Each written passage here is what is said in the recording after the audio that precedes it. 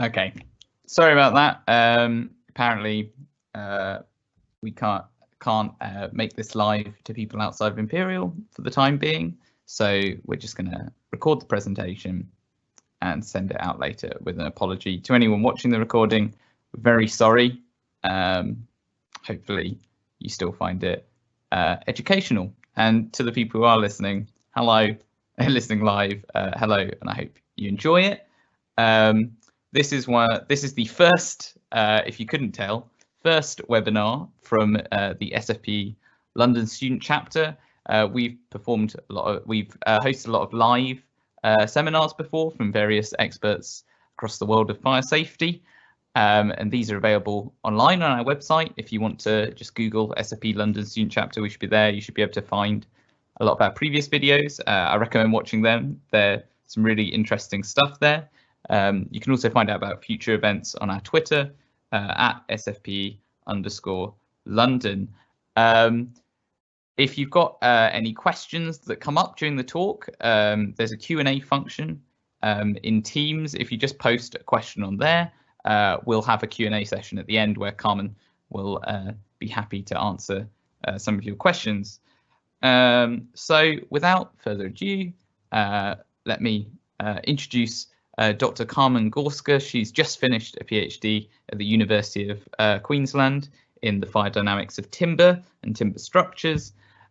She's now working at Stora Enso. She's given a lot of talks before. She's quite an experienced speaker, and although not in this webinar setting before, but I'm sure she's going to do an amazing job. We always love having her visit the group, so I hope you enjoy it. Please give a silent round of applause to our speaker today, Carmen Gorska.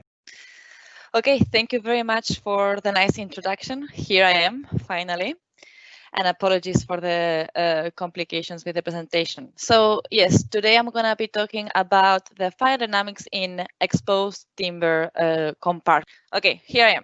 I'm going to start with some basic concepts because I know that there was supposed to be a broad audience, so I don't want to lose anybody on the way.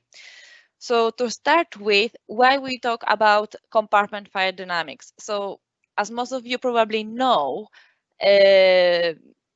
most of the buildings, they rely on compartmentation in the fire strategy, right? So what compartmentation is basically to maintain the compartment within the compartment of origin. This enables basically safe evacuation, and then it also minimizes the heat impact that we have to the structure by containing always the fire in this compartment of fire origin. Therefore, the taller is our building, the more we rely on compartmentation. And there are normally two different design approaches to demonstrate that we can achieve compartmentation. The one approach that everybody knows and is most popularly normally used is the standardized solutions, which is all these fire resistance and furnace tests, right? So basically with the standard solution, we check the height of our building, the usage of our building, and we know what is the time that our elements has to resist in our furnace test. And basically, if we meet these requirements, then we can demonstrate that we will maintain compartmentation. However, this approach has been designed for standard buildings. What I want to say is that this way of designing is always bounded to a scope of applicability. If we want to design a building that falls outside of this scope of applicability for which these standard solutions were designed, then we should not really use this method. Or also, for example, what can happen is that we want to use a material that is unable to pass these fire resistance tests, and therefore we are not able to ensure that compartmentation is going to maintain neither. So when we are in this kind of situation, our second option is to do performance-based design. So performance-based design is basically a fire safety engineering project where a fire safety engineer predicts the fire dynamics, the fire evolution in a compartment in a building, and based on this fire dynamics, you design your evacuation strategy and you also calculate your structural response to the fire. So it is a fire safety engineering project. So in this talk, I'm gonna be focusing on this performance-based design method. So I'm not gonna be talking at all about these standard solutions and furnace tests. I want to make very clear that I'm gonna be talking about real compartment fire behaviors, all right?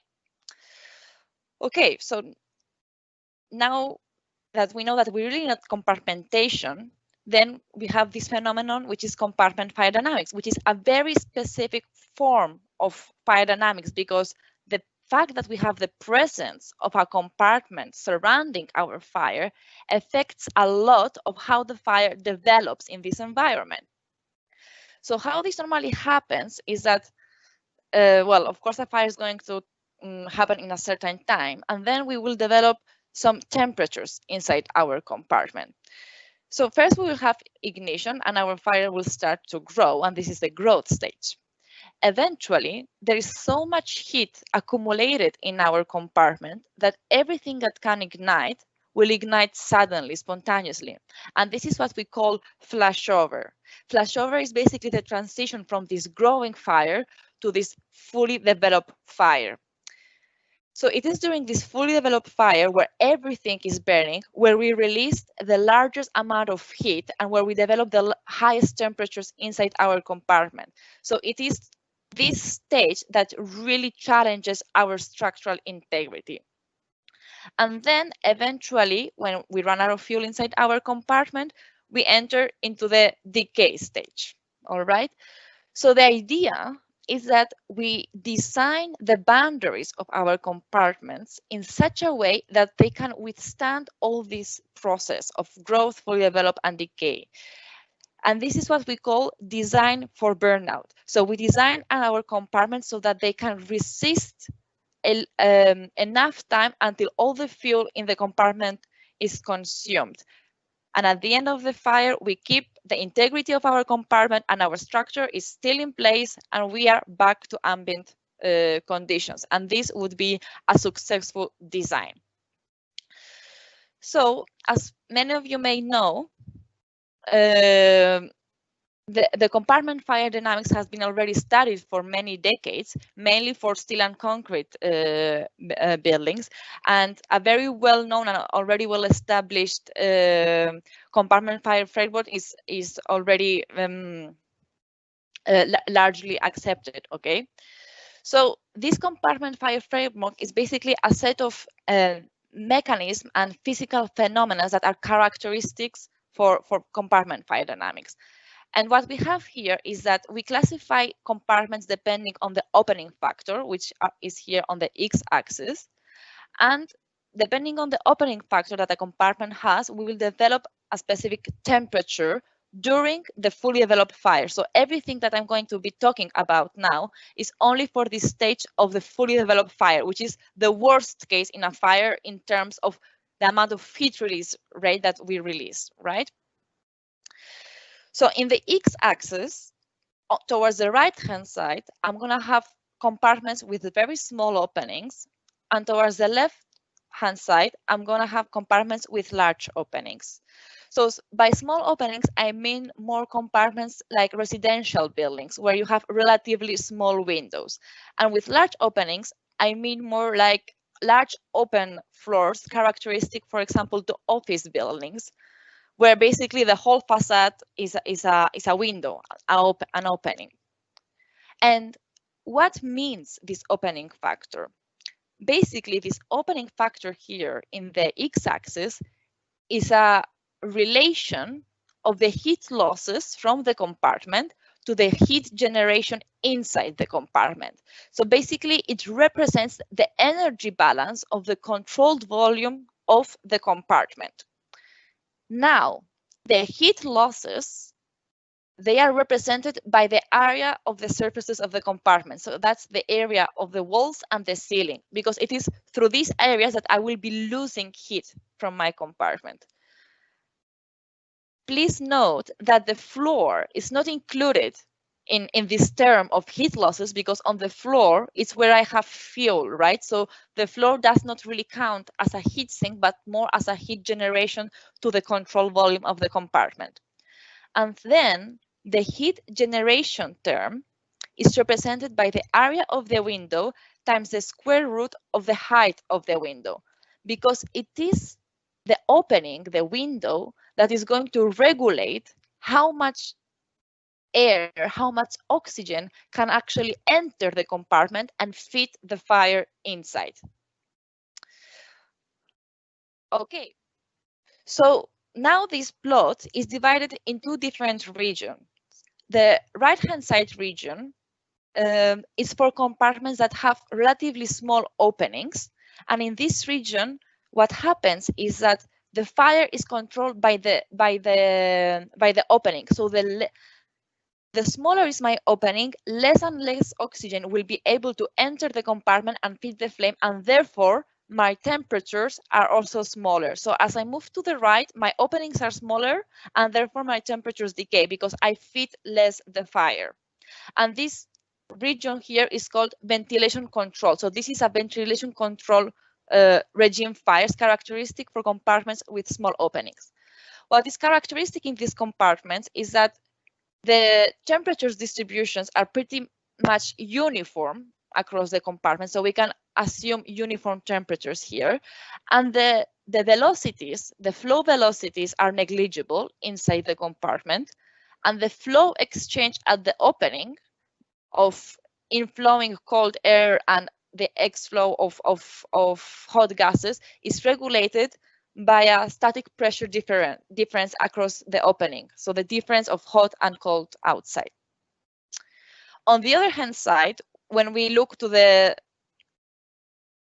left-hand side of the plot, we have the opposite side of the spectrum in terms of compartments. We have here very large openings. And what happens here is that the opening is so big that it's not restricting anymore the burning inside the compartment. So here the fire behaves more like a freestanding fire. And the more we move towards the left, the larger are our openings, and therefore less heat I'm able to accumulate my compartment inside my compartment. So what we can see is that the average temperatures, they have this tendency to decrease as I have larger openings here. So what happens here is that I don't have anymore these uniformly distributed temperatures, because I have more a sort of a localized fire with large spatial distributions. So here we cannot assume anymore one temperature for the whole compartment, and we have to basically solve all the fluid dynamics that this fire is inducing. So this type of compartment is basically a much more complex problem to be solved, all right? And we call compartments that fall in this side of the plot that they are fuel controlled, because it's not the opening anymore that is controlling how much we can burn here, because there is an excess of oxygen, but it is the configuration of the fuel and the type of fuel that is going to dictate how the fire is going to develop. So just to quickly summarize this compartment fire framework, we basically correlate the temperatures and the two different regimes, fuel controlled and ventilation controlled, depending on the opening factor that represents the energy balance in a compartment. And when we look at the two very extremes, we have compartments with very large openings that are characteristic for very large open floor spaces with large windows. And on the other side, we have more like residential type buildings with smaller openings. And these two type of compartments are going to behave very differently in terms of fire dynamics. As I said before, this type is going to have much uniform temperatures inside very low velocity fields and an external flame, while here we have very large spatial distributions, and generally the fluid mechanics is much more complex. Okay, so this is the compartment fire framework that we know today that was developed for steel and concrete buildings. However, there are two very strong assumptions in this framework, and this is that the temperatures and these regimes are correlated to the geometry of the compartment only, so not to the materials of which the compartments are constructed. And the other assumption is that the fuel is on the floor. So the main question here is if this compartment fire framework and all the physical phenomena that we know that happen in each of these regime, if this is still applicable for compartments that are constructed out of exposed timber. And this is what I basically focused my PhD research on. So here I'm showing you pictures of my experimental setups. This is how my experiments looked like. So these were medium scale compartments. And here you can see how it looked inside. So basically, this was more or less 1/2 meter by 1/2 meter by 1/2 meter. I used a kerosene pool fire to simulate the burning of furniture. And here you can see an exposed timber wall, which I captured just at the moment of flashover. So just when the wall is, the exposed wall was catching fire. I wish I could show you some videos, but I didn't believe that my internet could withstand that. But the experiments were really, really cool. So what I did in my research is basically I started with baseline tests where I had 0% of exposed timber.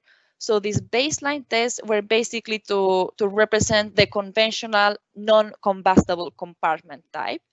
And then I went all the way up to compartments where I had 70% of exposed timber.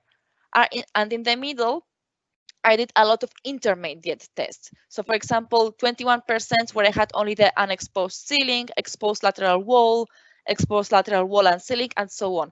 So basically in my tests, I gradually increased the amount of exposed CLT area, and I was checking how this gradual increase was changing the behavior of my compartment fire dynamics. I just want to point out that I did several repeats of each of these configurations. So in total, I did around 50 tests of these compartment fire tests. So the data are with many repeats, and so therefore these are a very robust set of data, and we can withdraw some really statistical reliable conclusions from here.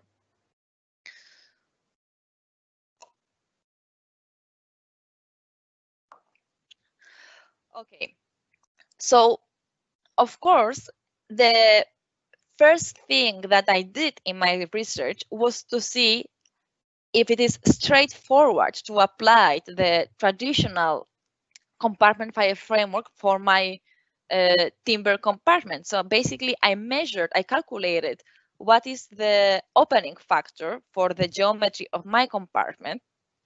And then I plotted the mean gas temperatures in the against the fitted curve that was proposed by the conventional compartment fire framework that was developed for non-combustible compartments. And what I can see here is that there is a very big scatter.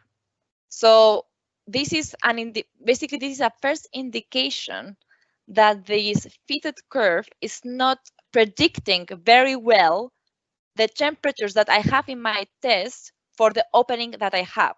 So this is the first indicator that the compartment fire framework that we have today is not really predicting very well what's happening in my compartments where I have exposed timber. And this makes you thinking, where is the problem? We have to revisit what actually means this. As I told you before, we assume here that we have heat losses through the boundaries of my compartments. But for example, let's take this case that is here in the picture. We can see here that I have timber sidewalls. So probably it is not reasonable to assume that I'm going to have heat losses through these timber walls, because these timber walls are going to actually provide heat to the inside of the compartment because they are burning, right? So this assumption of having heat losses through the boundaries is not really valid anymore. So I should remove these heat losses here. So what I proposed is to change the formulation of how we calculate the opening factor and subtract from this heat losses term the area of exposed CLT, which is the type of engineered wood product that I was using for my compartments.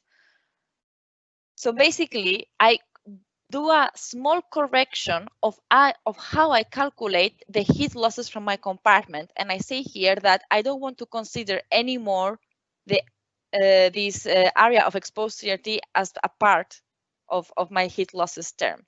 And when I do all the calculations again, I see that all my data redistribute suddenly. So let's have a closer look here.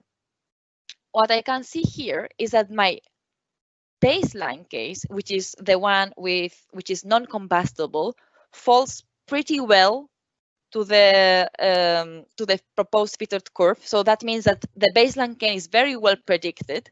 And then I see that as I start to increase the amount of exposed timber, so as I start to move to the left, my temperatures first start to increase. So these two cases are higher temperatures than the baseline case.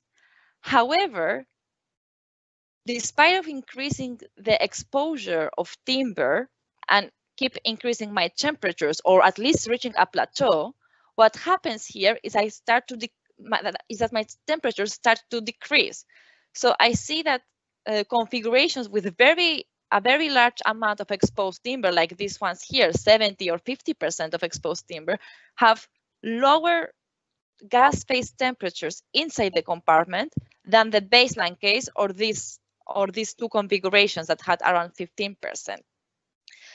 So this is basically a first indicator, again, that there is a sort of a change in behavior. There is some mechanism that is preventing the compartment from reaching its maximum temperatures, right? And this basically leads to the need to investigate what's happening inside the compartment in more detail. So here, I'm going to present you the temperatures distribution inside the compartment to understand with more detail what is happening. So again, I'm going to start first with the baseline case. This line is the temperature distribution inside the compartment, and this one is the temperature distribution at the opening. On the x-axis, I have the temperatures, and on the y-axis is the height of the compartment. So basically, these data are characteristic for a compartment like this. So for a typical compartment that is a ventilation-controlled compartment, where I have basically the hottest region is under the ceiling, my neutral plane height is more or less at 1/3, and this is the typical temperature profile that we would observe in non-combustible compartments. But what happens as we start to expose more and more timber surfaces is that we see that these profiles start to change. Initially, when the exposure is still very small, we don't really see much of a change. So we could assume that all of these here, they burn in a very similar regime, in a very similar mode. But eventually, we start to see here, and more clearly here, that the temperatures that are next to the ceiling are actually cooler than the temperatures that are on some mid-level height. So what happens, I know that this is a bit hard to visualize right now, that's why I did this small sketch here. What happens here is that now, for these tests where I have a very large surface of exposed timber, I have such a huge production of pyrolysis gases, of fuel gases, that the oxygen entering through the bottom of the opening is not capable to mix uniformly across all the compartment. So what happens is that my hottest region descends seeking for this fresh oxygen entering the compartment, and therefore there is less oxygen arriving to this region under the ceiling. And it is this mechanism that triggers these very unique temperature profiles that are more pronounced as we expose more timber surfaces. Another thing that happens here is that now my neutral layer is going to be also much lower. So this means that my effective smoke layer height that I build up here in these scenarios where I have a lot of exposed timber is going to be much thicker when compared to a baseline scenario, right? And my question here is, how is this going to affect now the burning of the timber that I might have here on the ceiling or on the lateral walls, on the vertical walls? Is this, the question is basically, is this fluid dynamic, this temperature distribution, having any effect of how my exposed timber walls are burning? So in my tests, I also had a lot of thermocouples embedded in within the timber, and these thermocouples, they basically allow me to establish the temperature profiles that I developed inside the burning timber. And by knowing these temperature profiles, I was able to track the pyrolysis front and estimate the charring rate. Okay. So in the next slide, you can, so I did these calculations of the charring rate for all my tests and for all the different walls at different locations. And here you can see a summary of the results. So again, here on the x-axis, you have the amount of exposed timber. So here you would have the baseline test, which of course has 0 because there was no walls were charring here. And on the other extreme, you have the test with 70% of exposed timber. And on the y-axis, you have the charring rate velocity. What is interesting to note here is that the ceiling, the yellow line, presented always lower charring rates than the lateral wall. And this is a direct consequence of the mechanism that we saw in the previous slides. So because less oxygen reaches the ceiling and because we generate lower temperatures under the ceiling, this then affects how the ceiling is burning, which is basically a lower burning rate. I estimated that the ceiling burns more or less 30% lower than any other vertical wall. And this is because of two things, because the temperatures under the ceiling are lower and because the oxygen concentration under the ceiling is lower, and therefore the oxidation of the charring rate is lower and the overall charring rate is therefore also lower. From a design point of view, this would mean that exposing the ceiling would be always a safer option than exposing a vertical wall because it presents lower charring rates. And this is very interesting because many designers, they still believe that because the ceiling is at the top, it receives more heat and therefore is the worst case scenario to expose, which is, as you can see, not necessarily the case because there are other mechanisms governing the problem.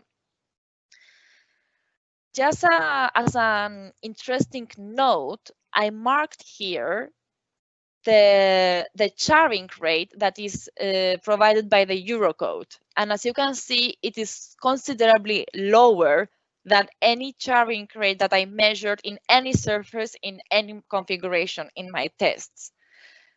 I just wanted to mention this because I think it is very important to understand that the charring rate from the Eurocode is meant to predict the charring rate in furnace tests.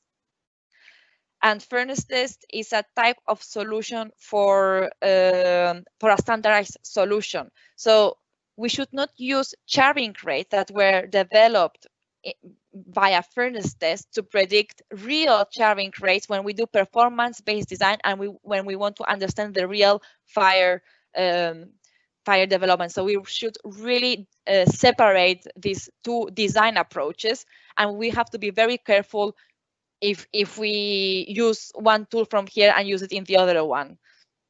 So really, in this case, we can clearly see that these standardized charring rates are not applicable in these charring rates that I measure in this real fire compartment context. All right. Okay, so we see significant charring rates, and of course, this means that we will be supplying a considerable amount of fuel, of additional fuel, aside of the fuel that we have normally on the floor. And this is going to translate, as you can intuitively already tell, to an increased heat release rate, right? And this is what I'm showing in this plot here. So again, here, this is the baseline case, and this solid line is the heat release rate provided by the timber walls. So for the baseline case, this was, of course, 0 kilowatts. This middle line represents the fuel provided by the fuel on the floor, so by the fuel of the kerosene pool fire that I had, and this is more or less constant across all the experiments that I did. And this dotted line is the sum of these two, so this is the total heat release rate.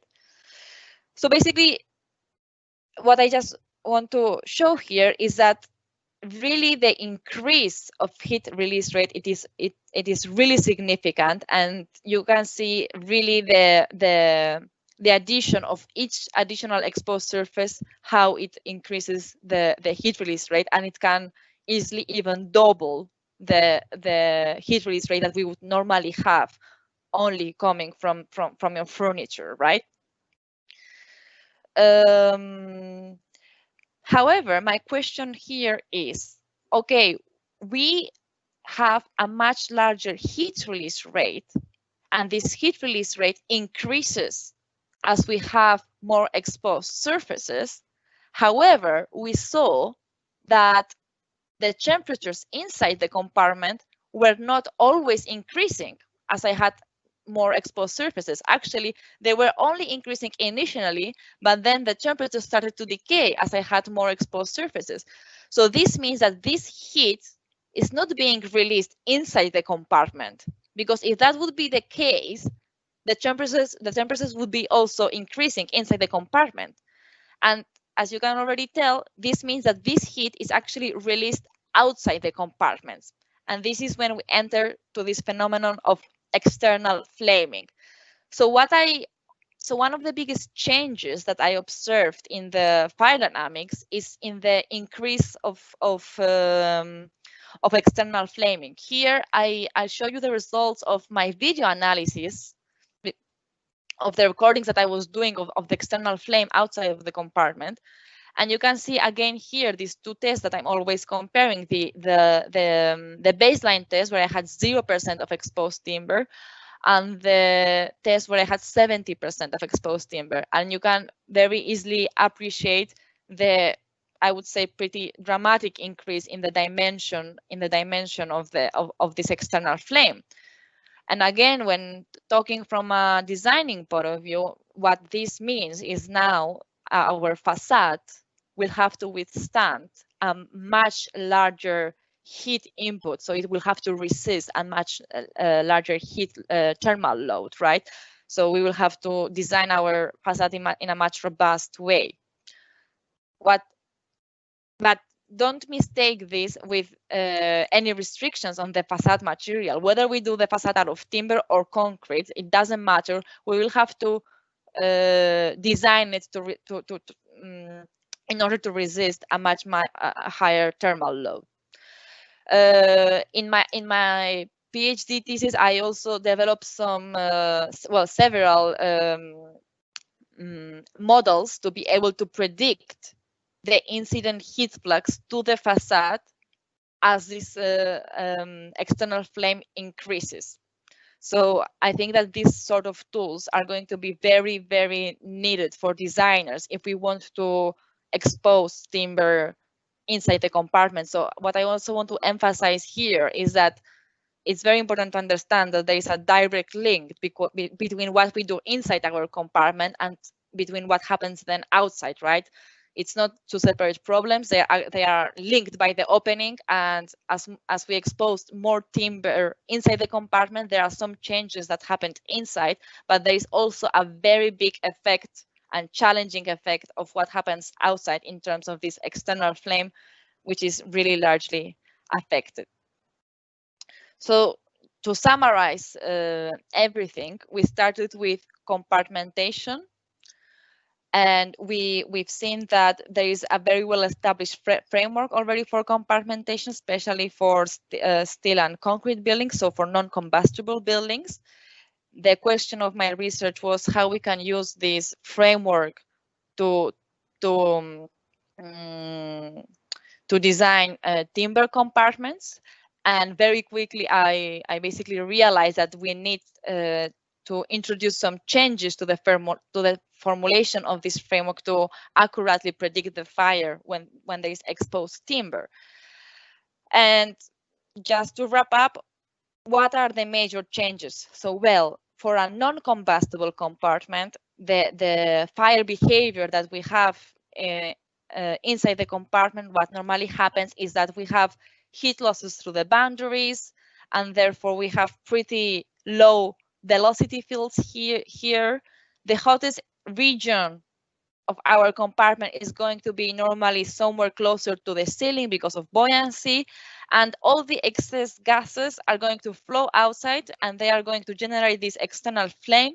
But because we only have fuel on the floor, this external flame is going to be relatively small when compared to compartments with exposed timber.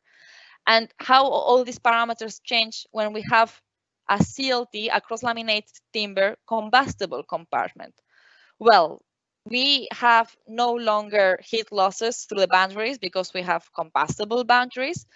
These combustible boundaries, they induce very large velocities inside the compartment, and these large velocities, they push the hottest layer, the hottest region down.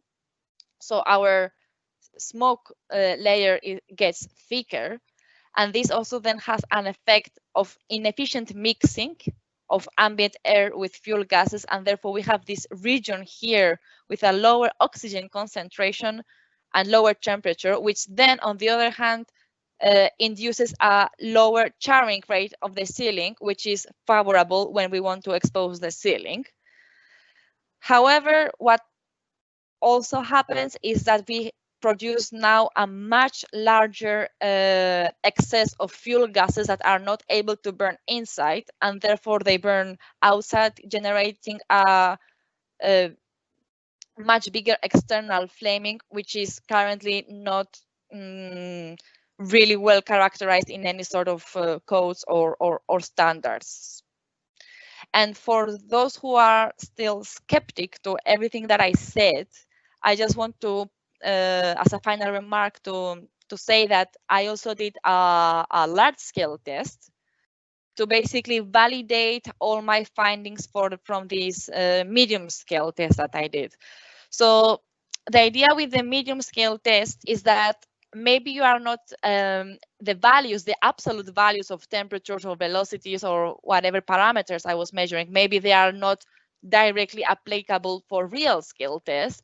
But what is interesting to see with the medium scale test is to see the trend, is to see the change in behavior, right? Because I can do lots of tests, I can repeat them many times, and I can change one variable at a time. So I can really see, I can really create trend lines. However, when you do a large scale test, you can only validate one point, and therefore it's very hard to assess with only one data point. It's very, very hard to assess what's the change in the fire dynamics.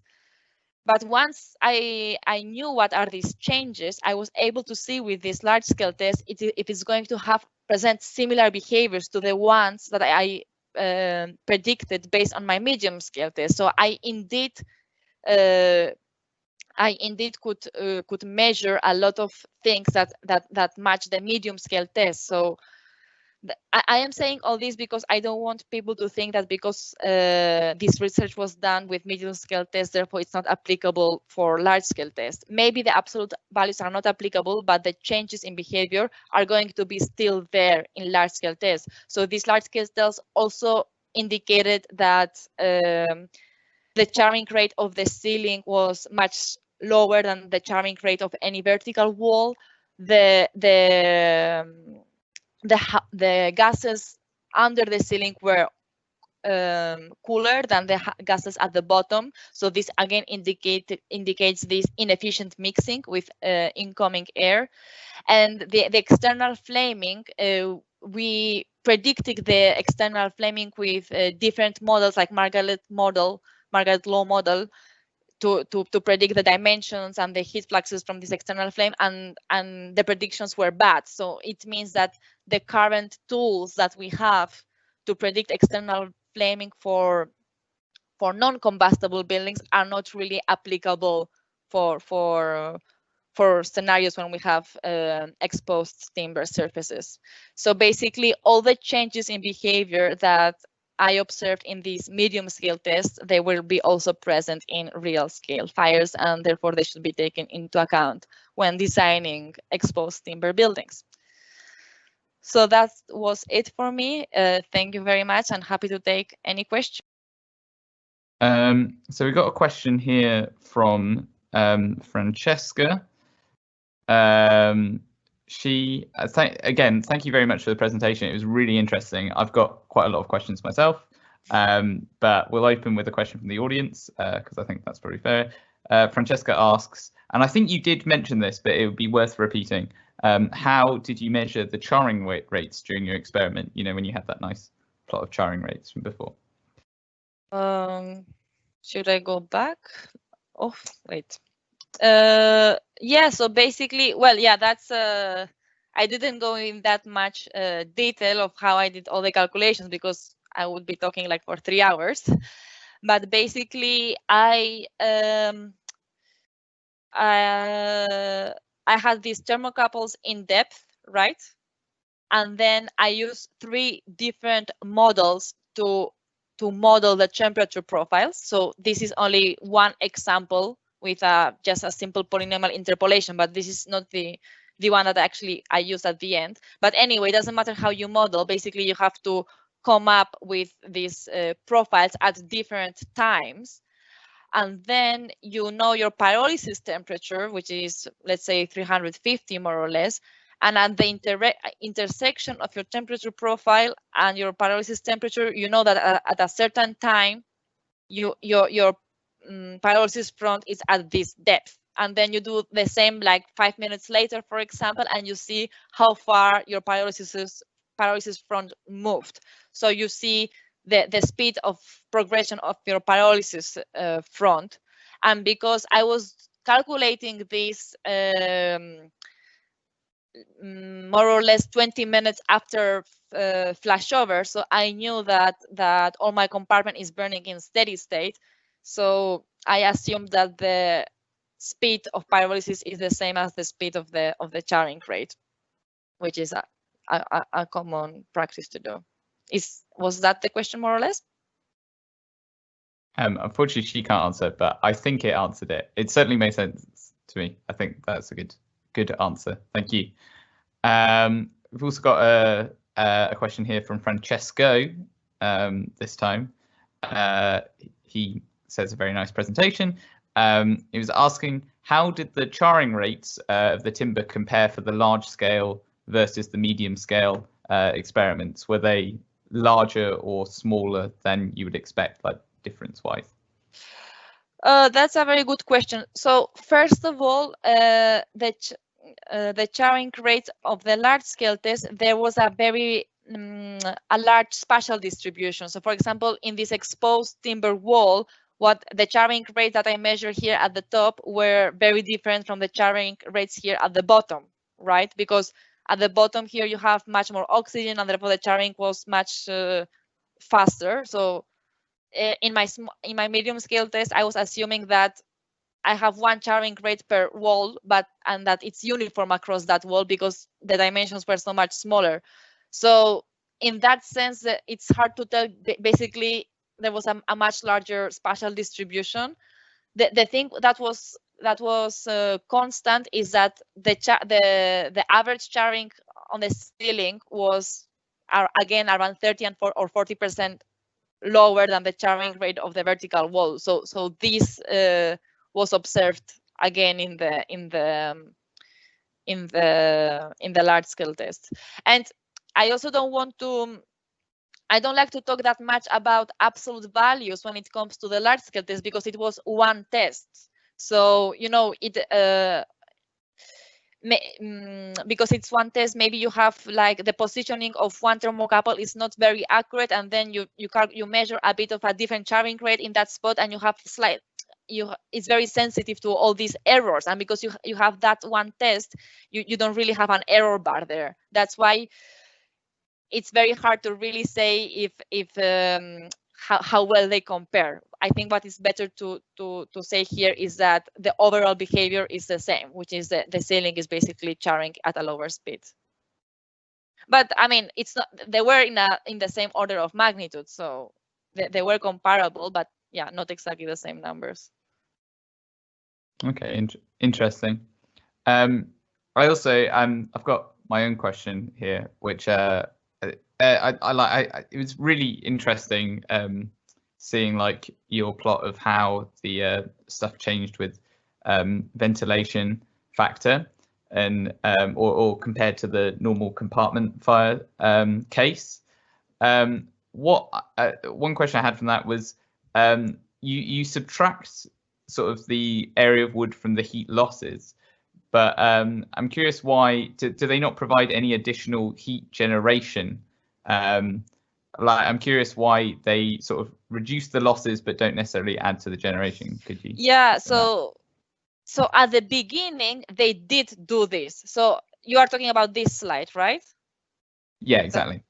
So at the beginning, this is what happened. So I am exposing, so this is the baseline. Here I expose the lateral wall, and here I expose the ceiling, and you see that the temperatures are actually increasing as you would expect. And then you would expect that this increase would continue and continue. However, it didn't happen, and the temperature starts to fall.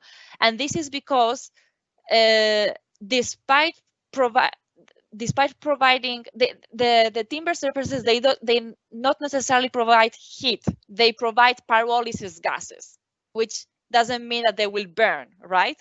And this is a change of mindset. So of course they will provide some the heat because they will be burning, but the pyrolysis gases, they not might be burning fully. And this is what happens, that here you start to have such a huge excess of pyrolysis gases that suddenly your overall reaction is very fuel rich, and you are not providing enough oxygen to all the regions of your compartment to react with these pyrolysis gases.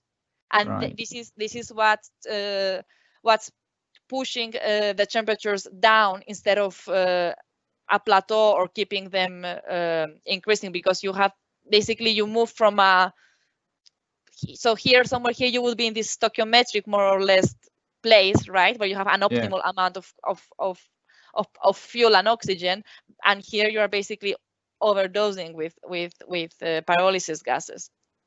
Yeah, that actually brings. Sorry. Yeah. No, yeah, continue. No, I was just gonna say that actually sort of leads on to the other question I had following up, because like I really liked your explanations of the dynamics and what was going on in the compartment. And obviously it's hard to, you already were doing so many experiments, it's hard to like confirm every like explanation of what's going on. I was wondering if you proposed any, or if there's any kind of like follow-up modeling or experiments going on to try and confirm a lot of the theories or hypotheses that you were mentioning with all the dynamics and stuff.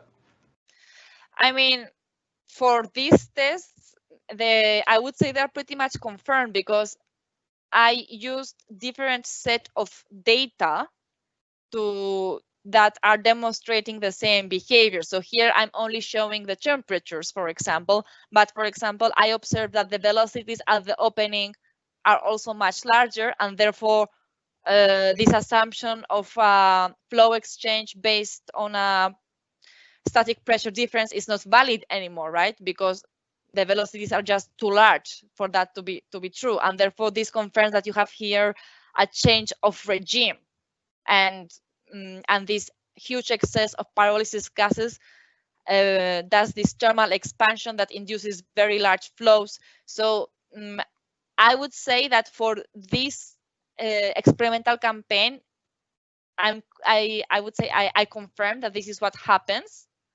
And then, of course, what I would say is that now the next step would be to repeat this in a large-scale test, and confirm that this is exactly that these changes also happen in a large-scale test, and see if the trends, and see how these trends look in a large-scale test. This is mainly what is happening. What is missing? Sorry. Okay. Cool. I mean, of course, you can always. I mean, the thing that would be most useful now, and which I did not do, was to measure the oxygen concentration in different points inside the compartment. So yeah, how do you do that, out of curiosity? As I'm very much a not an experimental expert, if I say. I was wondering how would you do so that? That's very complicated and pretty novel, I would say. That's why I was not able to do it. But basically, you would have to somehow introduce small pipes with the inlet in different points of the compartment, and take a bit of a sample gas from that region, and then measure the oxygen concentration. But first of all, that didn't make much sense to do in such a small compartment. This is something that you could do in a large scale compartment, and it is, yeah, this would be definitely then proof very well everything what I said, because you would have actually the oxygen concentration. So in my test, I see the effects of different oxygen concentrations in different regions, but I didn't actually measure the oxygen concentration. Yeah, that's really cool. Yeah, and I wasn't trying to I think everything you're saying very well supported with all the data and stuff. I was just really curious about where you'd take the research if you could just keep building on it and building on it, sort of thing. Harry, do you have any questions before we leave? Yeah, I guess so. Can everyone hear me? I think so. Oh, fair enough. Yeah, so I wanted to ask Carmen, first of all, thanks for the brilliant presentation. It's really interesting. I just wanted to ask, do you think your framework would still apply for compartments with sort of partial protection or complete protection of the mass timber, particularly when or if the protective lining breaks down during the test? So I mean, so in my compartments, so here you see all the setup. I had partial protection because, for example, this test was exposed ceiling. This means that all the other surfaces were protected with plasterboard.